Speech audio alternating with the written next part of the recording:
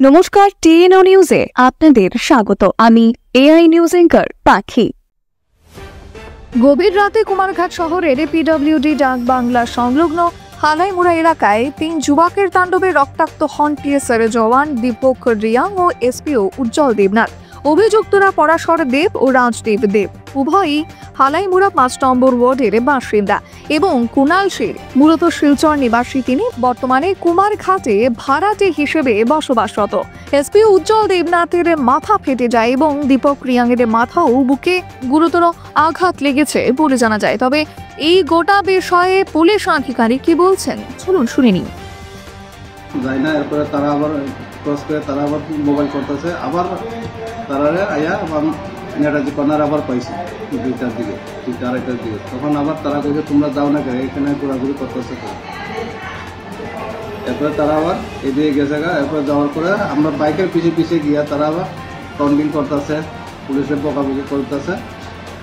তখন তারা ওইদিকে গেছে গা। যাওয়ার পরে লাস্ট দিকে আবার তারা ব্যাক করে আইয়া আমরা বাইকের যে বাইক মোবাইল পার্টিরা আইয়া তারা বাইক দেওয়া একটা লাগাই দিয়েছে। তখন আমরা বাইকের ইন্ডিকেটার সব ভেঙে গেছে যে আমরা যে বাইক মোবাইল পার্টি। এরপরে আবার ঘুরে হালাইমুড়া চমনিতে তারা সিগারেট খেয়ে আবার গালাগালি বকাবকি করতেছে পুলিশে তারারে। এরপরে তারা কেছে তোমরা এরকম গালাগালি করো কেন।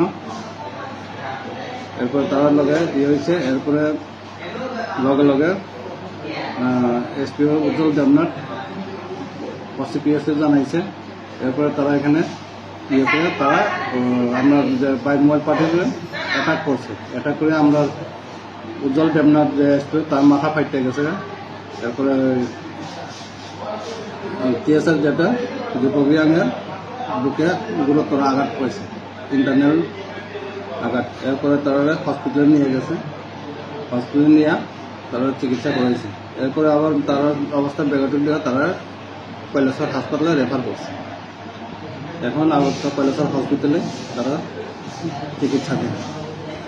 এই ইয়েতে একটা কুমারঘাট থানাতে মামলা নিছে তার বিরুদ্ধে, এই 3 জনের